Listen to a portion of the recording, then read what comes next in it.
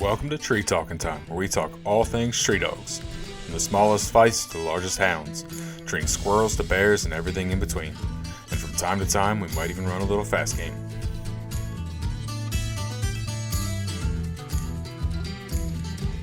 I grew up hunting coons with my grandfather. He hunted most of his life, and I'm gonna say probably when I was around middle school, middle school age. I had a cousin, and me and him would spend all of our weekends down there with our grandpa running coons, and we had a blast doing it. What kind of dog did you run? So yeah, he always had blue dogs when we were around him. Mm-hmm. When he was, a young man, and before we were around, he had a bunch of walkers and a bunch of crossbred, all kinds of stuff. Yeah. I think I saw a But picture of you at one point. You were on the cover of Bloodlines, weren't you? we were. That cousin I spoke of. That was him as well. Me and him. Our parents had that picture professionally taken from a local photographer, Nice. and they sent it in. The Bloodlines did it was like a youth issue, Mm-hmm. and they sent that in, and luck would have it that they chose our picture, and but anyway, our parents had done that kind of as a gift to my grandfather. I Yeah. forget exactly what it was. And he got the biggest kick out of that. And of course, we was young and we thought, man, that's some cool stuff there. Oh, yeah, definitely. So it's funny now. I like to laugh about it. But yeah, we were. So you grew up running coon dogs. Now, was that in Kansas or did you live somewhere else? Nope, you're right. It was in Kansas. Okay. I grew up in a little town called Oxford. It's about 45 minutes south of Wichita. Okay. There's enough trees out there? Surprisingly, we have a lot of trees out here where I live. It's mainly farm country. Okay. Not so much ranch land and pasture right in my exact area. Okay. But if you go 30 minutes about and mainly east, you run into the Flint Hills, and it's a bunch of big grass. That of course has got a bunch of cattle over it. It's not a lot of trees in places. But Yep.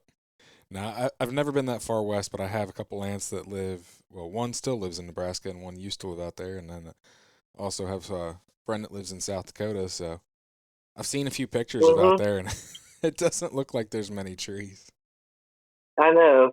The further west you go, western Kansas, man, it gets flat, and yeah, there's some pretty wide open spaces out there. But kind of south central Kansas is where I'm located, and a lot of farm ground. All the row crops. Okay. They do grow a lot of cotton now in our area. But we have the Arkansas River is right by Oxford. Just a bunch of little creeks and Gotcha. little patches of timber. No big patches of timber anywhere. It's all, I would call it section country. There's a mile road everywhere. And then also just knowing that you like running coyotes, especially with sighthounds. That's another reason I figured there wasn't a ton of trees. You're right. The trees make it harder. And that's part of the reason I'll use trail hounds along with the sight hounds. How's that work? And that's part of, in my opinion, I think it's great because it's the best of both worlds. Those trail hounds, obviously, you can precast them, and that's a big part of what we do is we'll just precast those trail dogs down a hedgerow or down a waterway, and with the Garmin technology nowadays, it'll tell you when they're barking, and that's made it really nice. If we didn't have the Garmin and everything like that, it would be pretty difficult to run the trail hounds, obviously. Now, what do? Basically, just run it, get it started, and get it jumped, and then once you get it jumped, you turn your sight hounds loose. You're right. Okay. So the trail hounds they'll get it going, and then we keep up with them on the Garmins, and we just try to we try to see what direction they're favoring and get in front of them. And if they're running the track good enough to put some pressure on that coyote, then he has to show himself at some point. They like to cross roads around here, like when they go from one section to the next section, they'll cross the road a lot of times. Yeah. And that's where we'll try and get those sight hounds to put eyes on them. And once the sight hounds have eyes on them, within reason, they don't make any really long. You can't give that coyote a big head start. Even on them sight dogs, they run really fast. But those coyotes they're so much more savvy with cover, and they're just survivors. They know how Oh to. yeah. Well, you're turning loose on them in their backyard, so they know where to go. Exactly. Now, for trail hounds and sight hounds, what are you running? So for the trail hounds, I've got 3 right now. They came out of Oklahoma. A guy I know named Jimmy Mueller had bred 2 of them, and another one came from. I got him. There's a coyote pen where fellas will, they'll train pups in, Mm-hmm. and there was an old man who owned a pen named Carl Roy up at Gardner, Kansas, and he sold me an old dog several years ago, and I still got him. Okay. So I've got those 3 trail hounds. My grandfather that I talked about earlier, he's still kind of, he loves it, of course, but his age has caught up with him to where he doesn't do as much coon hunting as he used to. He still has a blue dog that will cheer coon, no doubt, but That's pretty cool. it is cool. I mean, he's in really good health for his age. He's getting up there. So the walking all night and stuff like that, it kind of wears on him, but he still goes. But anyway, where I was headed was we bought him a 2 litter mate pup. Oh, I think 2 years ago. Okay. To run with us, Mm-hmm. and he's got one that's making a real nice time for us. So I guess that we mainly run 4 trail hounds, 3 or 4. That's Mm-hmm. plenty enough to get a coyote jump and put a little pressure on him. Now, are those all running walkers, or do you like Julys or Trigs or something else, or a combination? I'll be honest with you, I'm new enough to the Okay. breeding of those that I don't know. The paper side of it, I'm definitely I have a lot of learning to do about certain breeding and certain bloodlines and this and that. But Well, even with the fox and coyote dogs, I'm in a few Facebook groups, and I see like papers and with like the hunting horn and stuff. They can be a crossed up dog and be papered, and for sure, yeah, you're exactly right. And that old dog I mentioned that I bought from that old man that owned the coyote pen, he did have papers, and I think he was more running walker than anything. okay. But I think there was some July mixed in there on his papers. Mm-hmm. And the other dogs that I had got from Jimmy, he I believe he said that they could have been enrolled, and if I wanted the papers, that he would give them to me. But I wasn't honestly too sharp with how all that stuff worked, and I just wanted to chase coyotes, Yeah. So I wasn't too worried about the paper side of it. But everybody that I've heard in this area that's ran good hounds, trail hound side of it, they all talk about Krogan dogs, Krogan bred dogs. I think his name was Bill Krogan. Mm-hmm.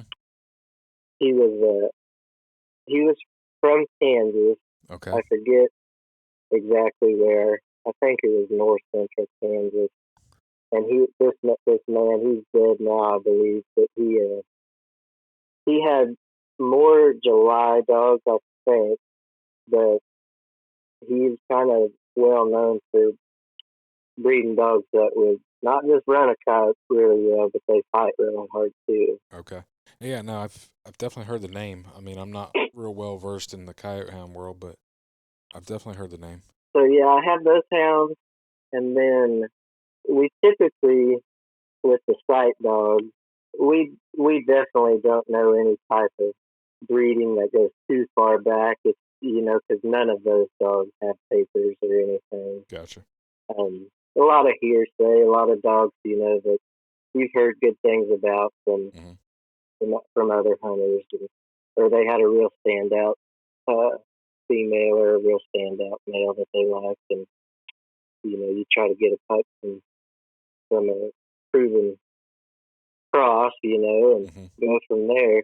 Do you But just do you just refer to those as like stag hounds, or I do, that's kind of what I've heard? yep. Staghound is what I call them. I don't have any preference what they look like as long as they hairy, slick hair. I don't care. They'll chase a coyote and try to go about it the right way, and have a good temperament. How big do your dogs run? They're like the sight hounds. Like what are their sizes? Yeah. Um, they can vary a lot.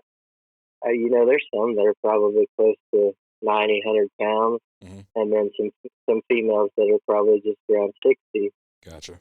I just wasn't sure if they were more greyhound sized or if they were more like wolfhound sized or something. It's 50-50, really. Okay. I've got some little dogs out there that look more like a track greyhound, and then I've got some that look like a big old hairy deerhound or wolfhound, that Hmm. had some kind of hairy dog cross back in there somewhere. Like you said, as long as they catch coyotes. That's my opinion on it. I do like a good looking dog. Don't get me wrong, but I I could put up with a lot of different looks if they have the same goal. Yeah. My wife gives me a hard time. I swear, you like the ugliest dogs in the world. I'm like, what do you mean? She goes, every dog you bring home's ugly. I'm like, I completely disagree. I'm like, I think they're good looking dogs. And she's like, no. Oh yeah, you got to have some character. My wife, she gets attached to these sight hounds. She really does. Hmm. It's funny, they're pretty an aggressive, dog. Obviously, when they're hunting, but they're such a real personable dog around the house and stuff. Like Hmm. I've got a female right now that's just she lives under my porch in my yard, and she ain't in no pen or nothing, and she lives right along with the house cat, and we've got two weenie dogs as well. Hmm. She don't, that she don't bother them. That's pretty cool that she's just that laid back. It is. It is nice to have them when they, they're friendly like that and gentle. Hmm.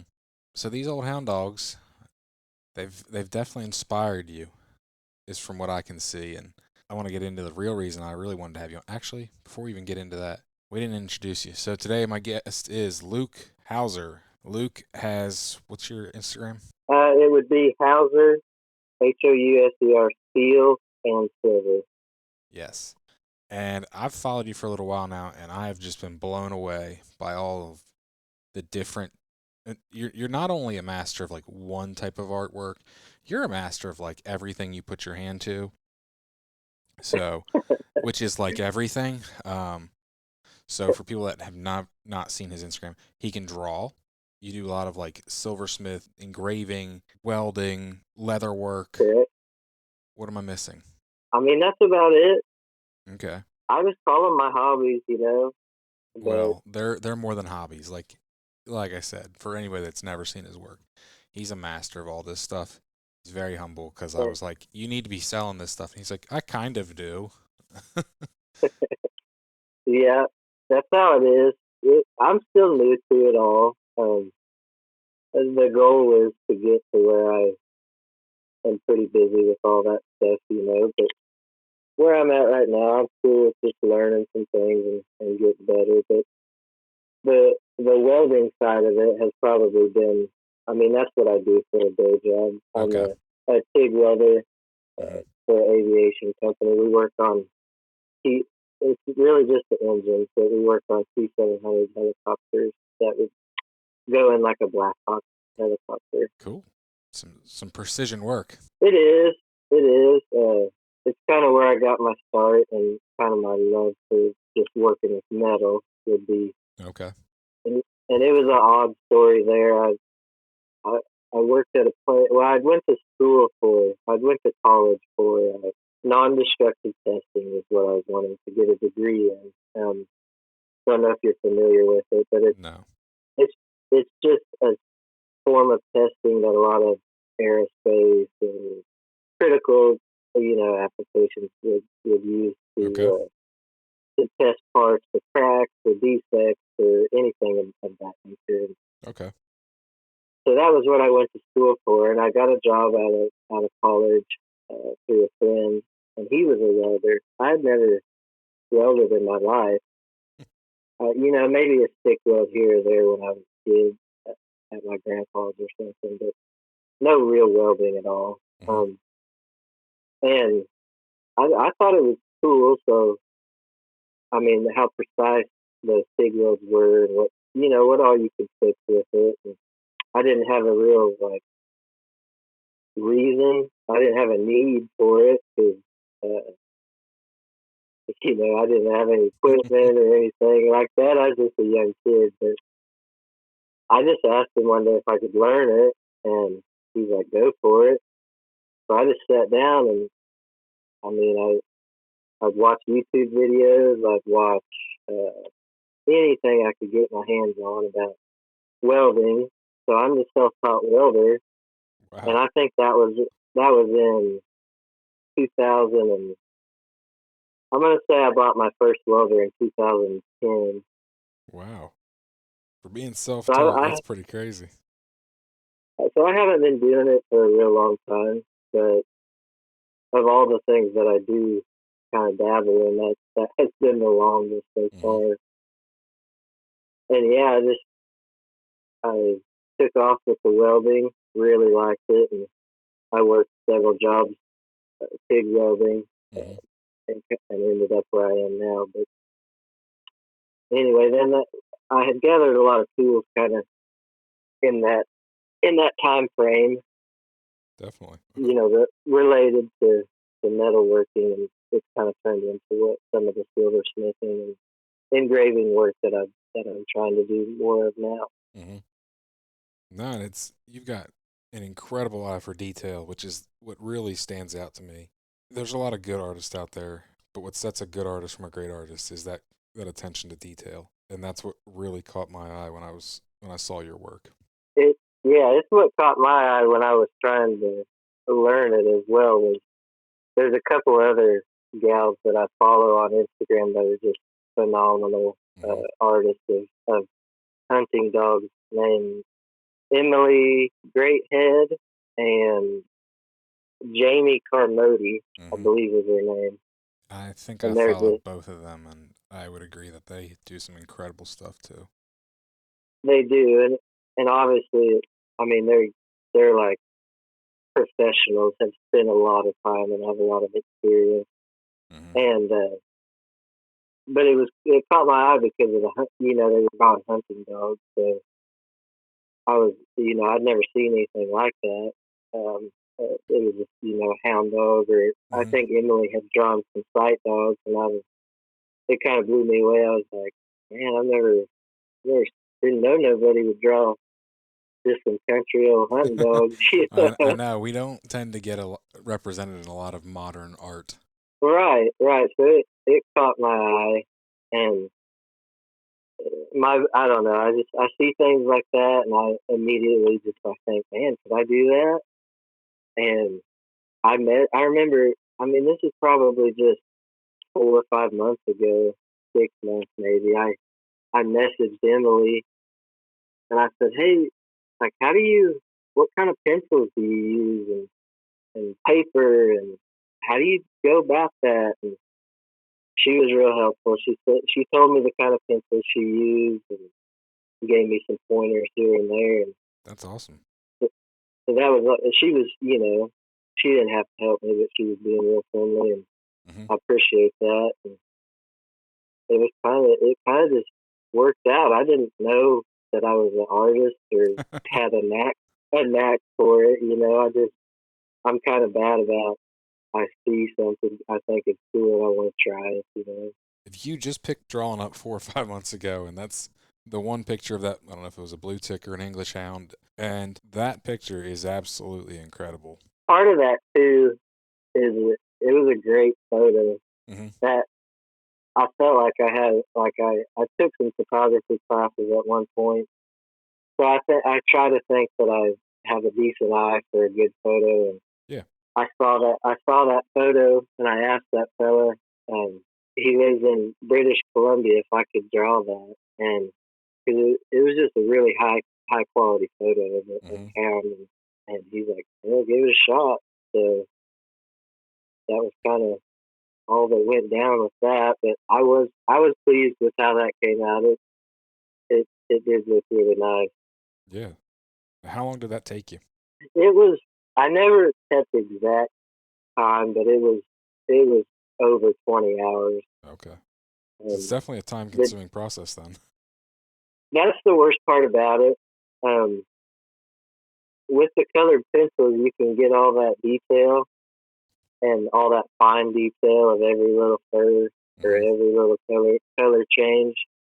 Um, but you kind of pay the price when it comes to the time that it takes because yeah, even towards the end of that one, it was kind of dragging on, and I bet. I like to see it come together, no doubt. But at a certain point, I remember thinking like, man, this is a chore, but it was all worth it when it was done. I Mm-hmm. sent it to the guy, and he really loved it. He made a little video of him opening it, and yeah, it was really rewarding. Yeah. No, like I said it was incredible. But like I said, that's not even just the start of what you do. You you've done this amazing drawing that, like I said, really caught my eye. But then you do all this silversmithing and engraving. You make all kinds of different things. Why don't you tell us a little bit about that? I mean, the buckles are what really caught my eye when you made a buckle. You made a couple with hounds. Uh-huh. Uh-huh. Yeah, the buckle with that blue tick on it, that was one of my first projects, kind of hound related, with silversmith stuff. But Mm-hmm. similar story. Outer Agenda Artwork on Instagram.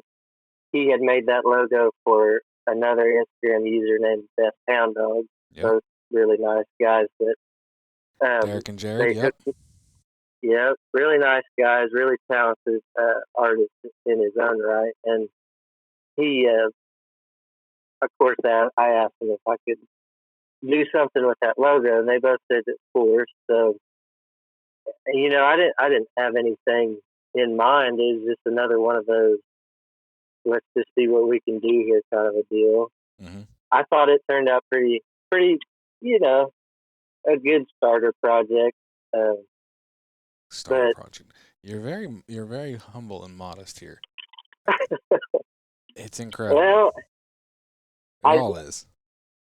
I've spent so little time at it. I don't want to come off like I'm any better than I am. Because Well, believe me, like I said, there are. you've got a knack for it then. I would agree with you there. I do have a knack for it, and I made that buckle. Can't remember if I made another. Oh yeah, James uh, Van Van Geisel, I believe is how you pronounce his name. Mm-hmm. He P4 hounds. I made a cool buckle for him Yep. that of a treed lion, uh, and that one was really cool. That's one of my favorites. It was one of my first ones to blue it, to hot blue it, and Mm-hmm. that was a new process for me. And it turned out really nice, I thought, and he was happy with it. And I think it that's kind of actually how I found you. Was that buckle? okay. It says P4 on it, Mm-hmm. and with a slash in the middle. It's a cool looking brand, It is. and then of course the hound and the lion up on top of it. But it turned out really cool, I thought, and he was happy, and so that was another great deal. And I mean, you name it. If it can be engraved, I'm kind of game for it. Like I'm just at the point where if it's metal, I'll try to engrave something on it just for fun, you know. Now, what all else have you done? I mean, I've seen a few things on your Instagram, but I'm sure you've probably done more than just the few pictures you've put up. Recently, I'm kind of focused more on making some stuff for the rig welders and pipeline welders. Those guys kind of have their own sense of stuff they like and style with all their helmets and their gear and everything. And I've kind of been pushing stuff that's personalized and Okay. customized towards their stuff. Like, you know, I mean, it can be anything from a little knob on their welding hood that I put an initial on, or I put a brand on, and stuff like that. Hmm. That's what I've been spending a lot of time on lately. Okay. Do you do any sort of blacksmithing as well? That is something I've never messed with. Okay. My grandpa that I spoke of, he was a horseshoer. That's what he did for a living. Hmm. But he would always beat horseshoes that were cold. Like he'd always laugh and he'd tell me that it was pointless to beat a red hot horseshoe. He said they make them nowadays if you just beat them cold. So he never had no forge, and you know he was kind of a modern horseshoer, I guess.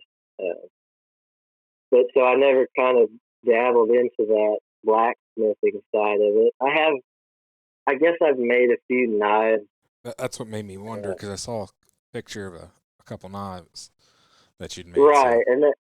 and how that came about was through him.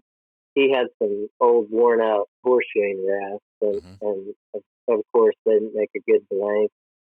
Uh, so I didn't do any forging or anything on that. Basically, Okay. all you do on that would be, you know, cut out a rough profile and then make your handles and everything, and of course do your grinding and get the grinds that you want. But I'm pretty.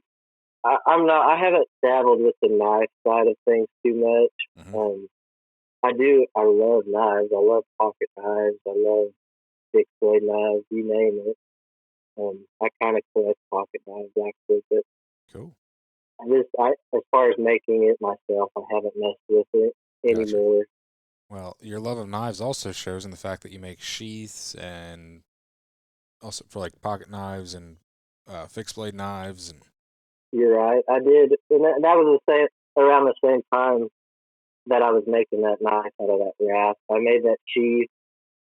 Um, my leather work is pretty basic compared to today's, you know, all the professional leather workers, but I can dang sure make a sheath very nice. And I don't have a sewing machine or anything, so I taught myself how to saddle stitch by hand and Okay. everything. But So you're definitely more into the metal side of things. now, yeah, there was one time where I thought, you know, because people get so artistic with leather as well, and just Yeah. phenomenal artists, that I thought, man, I need to get into that more and more.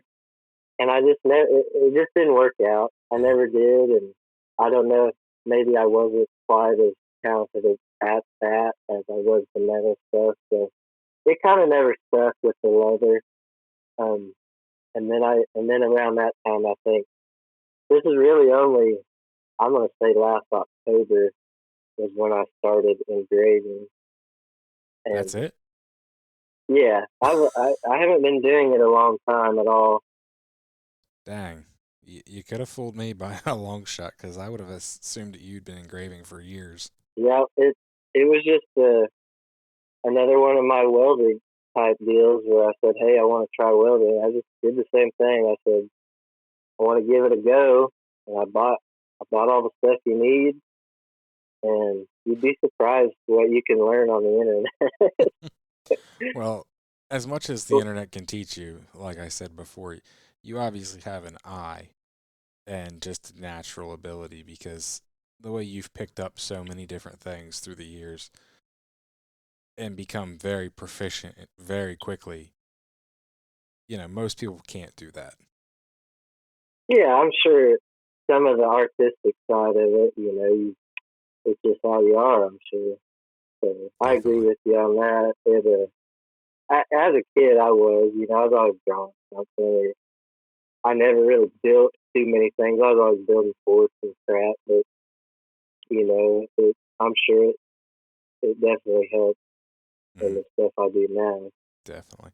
Now, like I said, that's why I really wanted to have you on because, like, I've just been blown away by the different things you've done, and there's not a lot of people that are drawing inspiration from the hound world, and so while you can find great artists out there in silversmithing and artists and drawings and portraits and stuff, somebody that is a houndsman that is then incorporating that into their artwork, I just thought that was pretty cool. And Yeah, I agree. You're right.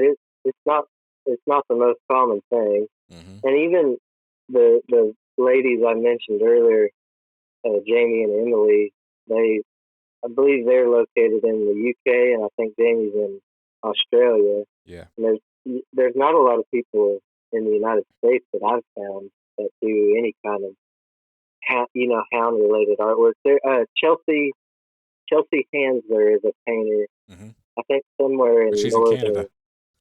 Okay. Oh, is she? Okay. Yep, Dang it. Okay. Well, she's really good too. Very talented, and she does do a lot of she does. uh, hound hound work. But even So you said yeah, Jamie and Emily, a lot of what they do is more bird dogs and terriers and stuff like that. Hounds have not a huge portion of what they do. I mean, it's hunting dogs, but it's not hounds per se for the most part. correct. Yeah, a lot of stuff that is more common to where they live. Yeah. Um, she had, like I said, she had drawn several pictures of the sight dogs, and that was what originally caught my eye. hmm Because I think they run hares over there with those sight dogs. I think they call them lurchers too. Yeah. That they're crossbred greyhounds. I think with collies, hmm and they get them rabbits out in holes, and that's a good watch. Yeah, their dogs are tend to be a little smaller than Right. what you would need. I think they're. I don't know this. This is just my guess, but they seem smarter than the type of sight hounds that I would be running too. Like they use their head a lot, and these dogs that I'm running, I mean, they see nothing but the coyote. That's all they see. Gotcha. Fences, ditches. That's all dangerous. That must be difficult at times then. Setting your dogs up so where they don't get hurt. They do, and the little experience that I've hunted with these sight dogs, I think for 5 or 6 years now, probably 6. With time you learn what works and what doesn't somewhat, but I've I've definitely seen situations that can cause those exact problems I was just saying, and you try to avoid them as Yeah. time goes on. And when I first started hunting them, if I saw a coyote a half mile away and I thought they seen him, I'll send them. I'm thinking, well, we ain't gonna catch him if they're in the truck, And another thing is those coyotes when we first started hunting, they hadn't been bothered too much in our exact area Yeah. for, for quite a while. There were some old time hound guys that would run them at night, but I don't think they caught very many. The trail hound guys, you got to have a pretty decent pack of trail hounds that's gonna catch a coyote, Yeah. like actually make him want to stop and bay up. You got to put some pretty good heat on them because those coyotes can run all day. Or, Oh they can yeah. run they can put in the miles, and so it takes a good pack of trail hounds to catch one. But hmm anyway, Definitely. when we first started, the coyotes weren't used to a lot of that, and just because they hadn't been bothered by hunters for a long time, we were kind of just I don't know they hadn't seen any hunters, and they weren't. I don't want to use the word they weren't not smart, but They just weren't educated to you guys. exactly. And boy, them first 2 years, we was putting it on them. I mean, if we struck a coyote and then dogs were barking, you were going to see that coyote cross the road in front of your truck. Well, doing that for 2 or 3 years, there was a few that get away. Obviously, you don't catch them all. And Yeah. that stuff catches up with you, and then ones that got away, boy, they figure that game out. And nowadays, a lot of those coyotes, they'll run to a road, and then they'll just turn around on us. A lot of them Gotcha. have figured out if those hounds aren't too close that they can just 180, Mm-hmm. go back the way they come, and just probably run right by the dogs. And and then they've learned that them trucks are dangerous, Yeah. but it's all it's just part of it. Mm-hmm. But It's hunting, not killing. right, exactly. We still have a lot of fun, and we still catch coyotes, but we have to work a little harder nowadays than when we first started. There you go. Hey, this is only going to make you and your dogs better. I agree. You got to give me a good hunting story. When we hunt the big grass pastures, we drive about an hour to the east.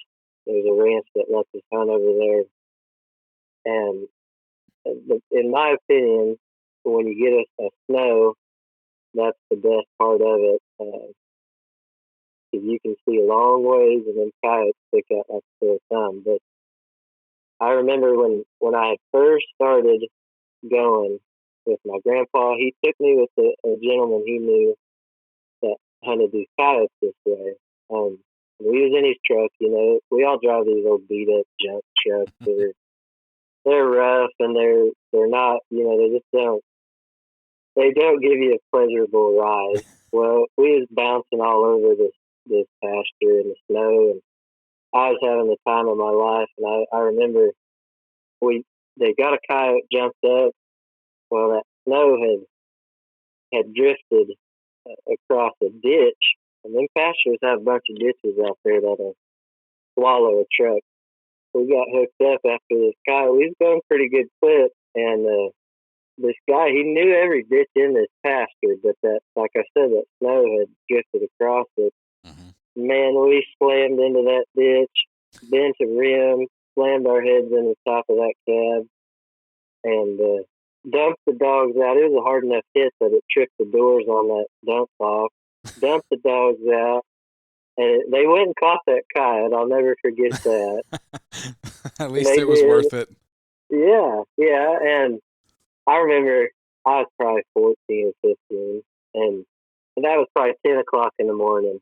And I thought, well, there's our day. We're done. I had a blast, but I thought, we don't get to go anymore because he bent that rim. And now this old boy, he pulls out all these tools, just went to beating on this rim, and he had this tire back on there. And I said, oh, we're not done hunting. And he said, oh, we're going till the sun goes down, bud. That's awesome. So, I mean, that was kind of one of my first experiences with it. And it was a funny day. Story Sounds I'll like never forget. Slamming our heads into the top of the cab. Sounds like a blast, that's for sure. And like I said, your artwork is incredible, and I just enjoy every time I see something you post, and I'm just like, I wish I had half of that talent. I appreciate it. I didn't mention there was one drawing that I did. I don't know if you ever saw of the lion that Mm-hmm. Hunter Halsey. Did Yep. you see that one? Yep. Okay, that one I was proud of that one. Same story. I contacted those people, but it turned out pretty nice, and it was. So those are the only two hound related drawings that I've done. But I mean, like I said, I'd love to do more of them. I haven't had a lot of contact about it, and Yeah. I'm sure it's because of visibility. The right Mm-hmm. people have to find you. So, Well, let's but maybe help that along. Plug your yeah, Instagram again. for sure. The Instagram is Hauser, Houser, Steel and Silver.